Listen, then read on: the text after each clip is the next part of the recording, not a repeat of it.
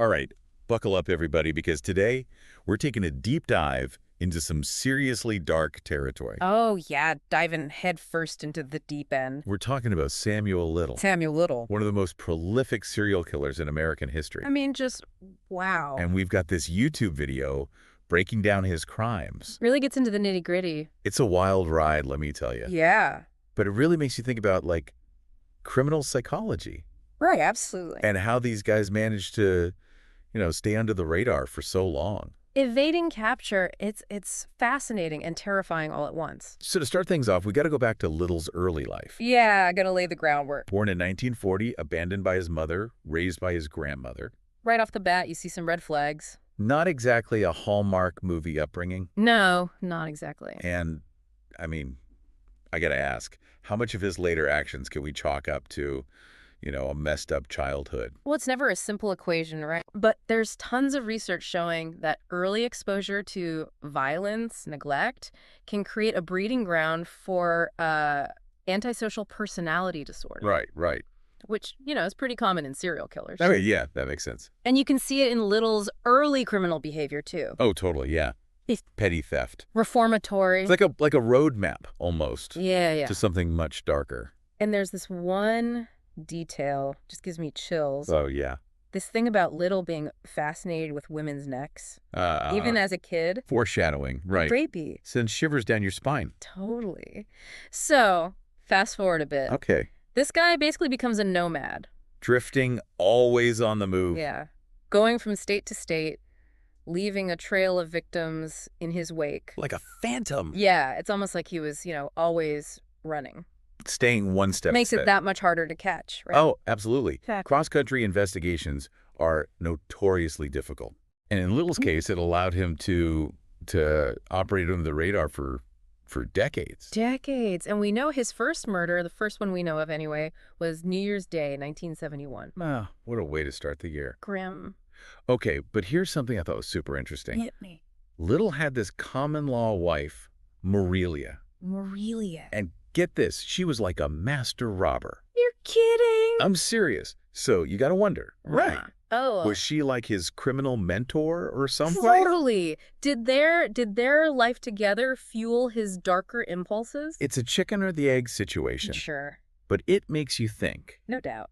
And get this, despite all the arrests, the assaults, he was even acquitted of a sodomy charge. Oh, wow. Little somehow dodged any serious jail time for years. He was like a ghost. Slipping through the cracks. And it happens more than you'd think. Yeah. Systemic failures, jurisdictions not communicating with each other, missed opportunities. All these things can help these guys stay hidden. Until 2012, right, when everything changed. Right. A simple drug charge. Drug charge. Led to his DNA being entered into a database. Database. And suddenly, he's linked to 3 unsolved murders from the 80s. Just like that. It's ironic, isn't it? Oh, totally. Like a minor offense bringing down this monster. Shows the power of technology. Oh, for sure. Imagine if we had those databases back then. Oh, man. Oh, could have saved so many lives. But here's the thing. What's that? Even with the DNA, Little denied everything. Right. Swore he was innocent. Wow. I mean, what goes through someone's mind at that point? Right. Pure denial. Maybe. Or is it like some kind of twisted control thing? I don't know. Denial is a powerful psychological defense mechanism. It lets people distance themselves from the reality of their actions. Yeah, I guess. Even when the evidence is staring them right in the face. Exactly. It protects their psyche. However warped it might be. Exactly. So even with a life sentence for those 3 murders, the real scope of Little's crimes, it stayed buried. Hidden in the shadows. Until Texas Ranger James Holland steps onto the scene. Oh, yeah. This is where it gets really interesting. Holland was different. Different how? He had this knack for connecting with suspects. Getting inside their heads. Yeah, like he could see right through them. Fascinating. And with Little, he sensed something more. Oh, yeah. Like what? A kind of like a morbid pride. Right. Almost like he was, craving recognition. Recognition for being a serial killer. Yeah. So Holland, he played to that. He did. Tapped into that twisted ego. Like cracking a code. To get a confession. Exactly. Holland realized that for Little, just committing these horrific acts, it wasn't enough. He needed more. He wanted to be known for it. Like a twisted celebrity. Exactly. And by feeding that ego, by giving Little what he craved, He opened up. he did. And what followed was a confession that would shock the world. A confession that revealed the true depths of Samuel Little's depravity. A confession that painted a horrifying picture of a killer who operated with chilling precision and an insatiable thirst for control. And a confession that would force us to confront the uncomfortable truth that monsters can hide in plain sight. Lurking in the shadows, preying on the vulnerable. And sometimes it takes a unique approach, a willingness to understand the darkness within, to finally bring them to light. So we're starting to grasp the scale of Little's crimes, right? And those chilling confessions. Yeah. But I keep coming back to this question. How did he go undetected for so long? I mean, preying on women all over the country. Right. It just doesn't seem possible. It is a question that really haunts this case. And the answer lies in a complex mix of factors. Like what? Well, for one, his choice of victims. Little deliberately targeted women on the fringes of society. Women who were, what, like overlooked? Yeah, often marginalized. Struggling with addiction? Living on the streets. So women whose disappearances wouldn't raise any red flags. Exactly. Sadly, these were women whose lives, well, they just weren't valued as much. It's heartbreaking. It is. He knew they were vulnerable. Knew the system would probably overlook them. And his method, it was always the same. Yeah, he had a pattern. Overpowering them with his strength. Strangulation. Every single time. Little was a large man. Right, he was a boxer. Right. Former boxer, yeah. Used that to his advantage. Hell yeah. Knocking them unconscious, then strangling them. It was brutal, efficient, made it harder to determine the cause of death, Yeah. The video talks about this doctor, Eugene Carpenter. Carpenter? He did an autopsy on one of Little's victims. Oh, right. His testimony about the attacks. It's just stuck with me. I know what you mean. Dr. Carpenter's words, they really bring home the horrific reality of Little's actions. Yeah, it's easy to get lost in the numbers. The statistics. But each one, represents a life. A story. A family destroyed. And it wasn't just the physical violence.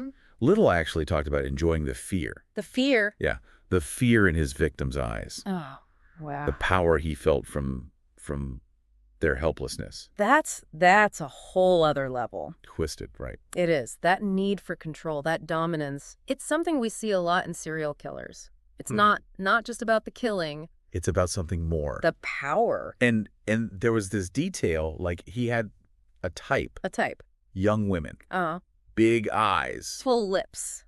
Like he's picking them out of a catalog or something. It's chilling, but it's important to note that race wasn't a factor. It wasn't. No. His victims, they were white, black, Latina. So it didn't matter. Didn't matter to him. Okay. So back to the question, how did he evade capture for so long? Right. I mean, it's not like he was a genius criminal mastermind. No, his methods were pretty straightforward. So how did he do it? Well, I think it was a combination of things. Okay. His choice of victims, his nomadic lifestyle. Yeah. And the fact that a lot of these crimes happened before DNA technology. Oh, right. He was able to exploit these gaps in the system, Slipping through the cracks. for decades. It's a terrifying testament to the limitations of law enforcement back then. Yeah. And even after he was finally caught, it was almost like a fluke that he confessed. You're talking about Texas Ranger Holland. Holland. If he hadn't tried a different approach, who knows how many more of Little's crimes would have gone unsolved. That gut feeling he had. Intuition. It's a reminder that sometimes, you got to go with your gut. And with Little, Holland knew. He knew he craved that recognition. Oh, absolutely. He wanted to be seen as this mastermind. And that's what unlocked everything. Exactly. Little died in prison 2020. Unrepentant. No remorse. Leaving behind a legacy of pain and so many unanswered questions. And a long road to justice for the families.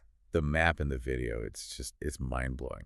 It really shows the vastness of his crimes, right? Coast to coast. Stretching from Florida to California, Arizona to Maryland.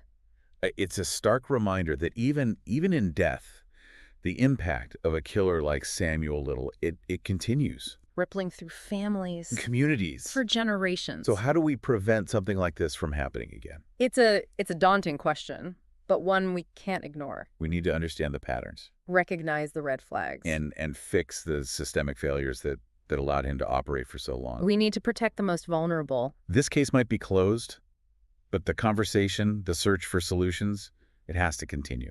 And that's where we all come in. I'd like to process, that's for sure. Right. But you're right, we can't just bury our heads in the sand. No, absolutely not. We have to learn from these cases. Learn from the mistakes. Understand the patterns. Like failures. So we can prevent it from happening again. Exactly. Knowledge is power, right? Yeah. The more we know about these dark impulses, the better equipped we are to fight them. Yeah. And there's still so much we don't know. Oh, absolutely. Like the FBI is still working to identify all the women in Little's drawings. It's crazy. Trying to give their families some peace. And closure. Can you imagine? I can't. Not knowing what happened to someone you love. Just the not knowing. Them finding out they were a victim of this monster. The pain those families must feel. It's unimaginable. It really highlights the ripple effect of these crimes, you know? Yeah. It doesn't end with the victim, It spreads. leaving scars on families Community. for generations. So Samuel Little, he's gone. But the search for answers, For justice. it continues. It's a long road. But at least now the truth is coming out. Yeah. And that's because of the tireless work of investigators, Advocates families. who refused to give up. They wouldn't let those women be forgotten. They kept pushing. Kept searching. And finally, Mhm. they helped bring this monster to justice. They did. This deep dive has been, well, it's been rough, Heavy stuff. but it's also been really important. I agree. It's made me realize, I don't know, how important it is to stay informed. To be aware. Be a voice for those who can't speak for themselves. Couldn't have said it better myself. It's about recognizing the signs. Challenging the norms that allow these predators to thrive. And fighting for better protection. For the most vulnerable. Exactly. We all have a part to play in creating a safer world. So we're coming up from this deep dive. Back to the surface. The ripples of this case, they don't just disappear. No. We've seen the worst of humanity, The darkness. but we've also seen incredible resilience The power of truth. and the fight for justice. It's a powerful message. Don't stop asking questions. Keep learning Keep fighting. for a world where tragedies like this. Become a thing of the past. Until next time, stay curious, stay informed, and keep diving deep.